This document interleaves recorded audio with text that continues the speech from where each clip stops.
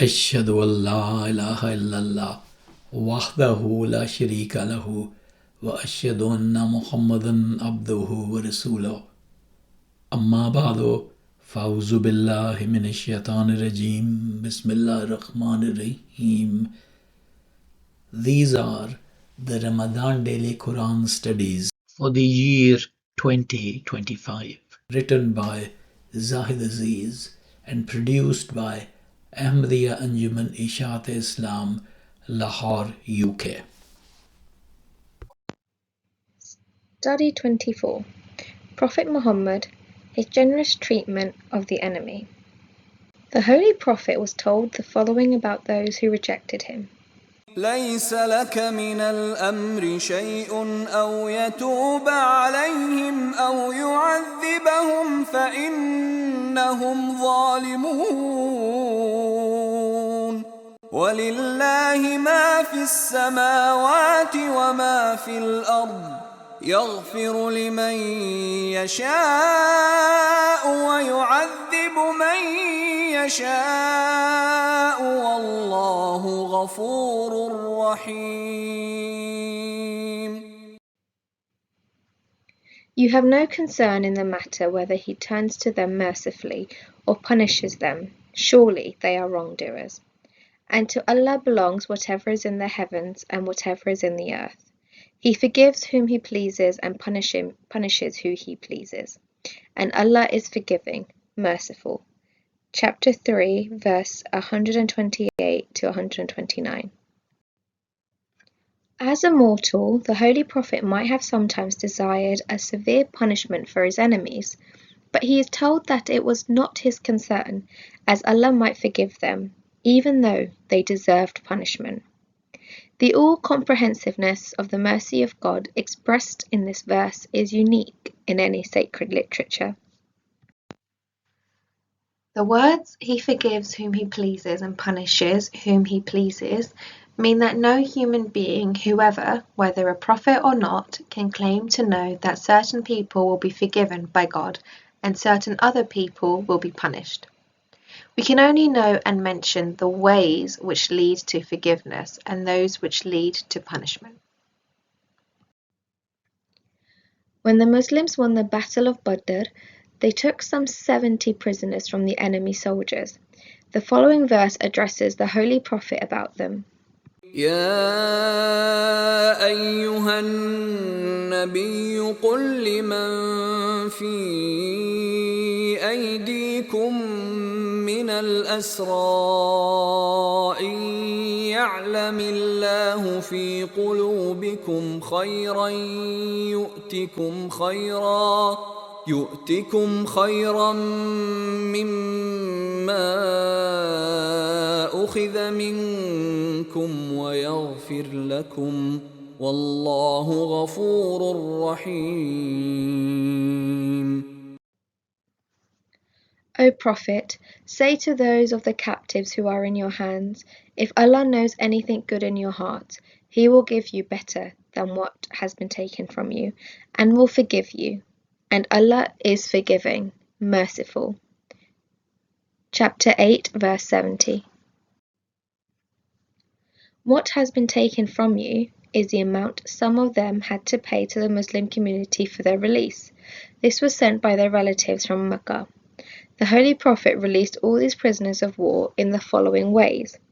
Any of them who could read and write could earn his freedom by teaching 10 Muslim children to read and write. Others had to make payment if they could afford it. Those who were poor were just released freely. This battle, the first one, was the only occasion when the Holy Prophet sought such compensation for the Muslim community. In later battles, the prisoners were released without anything being demanded for their return. They were not punished or tortured or enslaved by the Holy Prophet. In this verse, the prisoners are promised that if they have good intentions and behave well, if there is anything good in their hearts, they will suffer no loss as a result of having had to pay for their freedom. The meaning is that God will turn their hearts towards Islam. So, although they had to pay to gain their freedom from captivity, Yet, as a result of the same captivity, they had the opportunity to see Muslims and true Islam close at hand, and some of them were attracted to accept it. In this way, Allah gave them something better than what was taken from them, as the verse says. Among the prisoners captured at Badr was one Suhail ibn Amr. He was a spokesman of the Quraysh and a skillful orator who used to make speeches against the Holy Prophet by means of his public speaking talents. He was brought before the Holy Prophet, and a Muslim suggested to the Holy Prophet that, as a punishment, his front teeth should be pulled out, so that he would never be able to exercise his oratory against you. The Holy Prophet rejected this suggestion without hesitation and said, "Certainly not.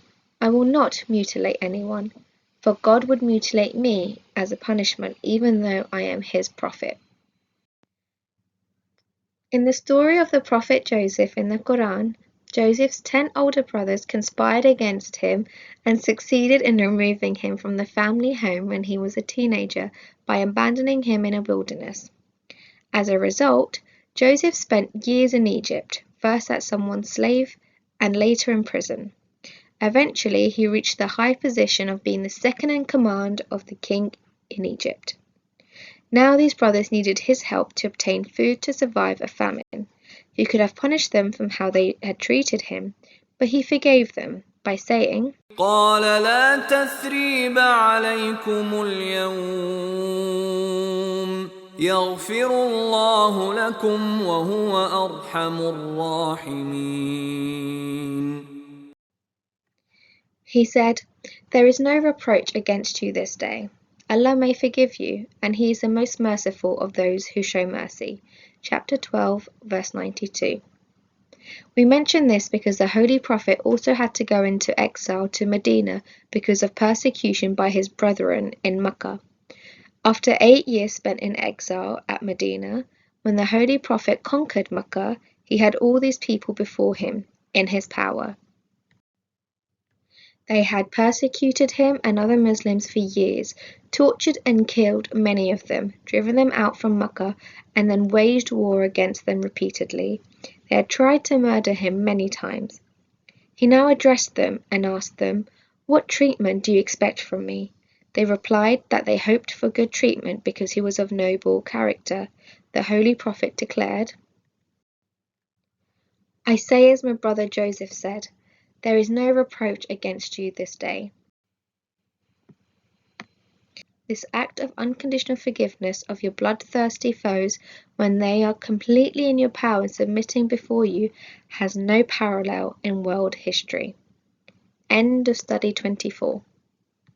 Barakallahu lana wa lakum fil Quran al-Azim wa nafa'ana wa iyyakum bil ayati wa zikril hakim innahu ta'ala Jawadun Karimun Malikun Barurur Rahim.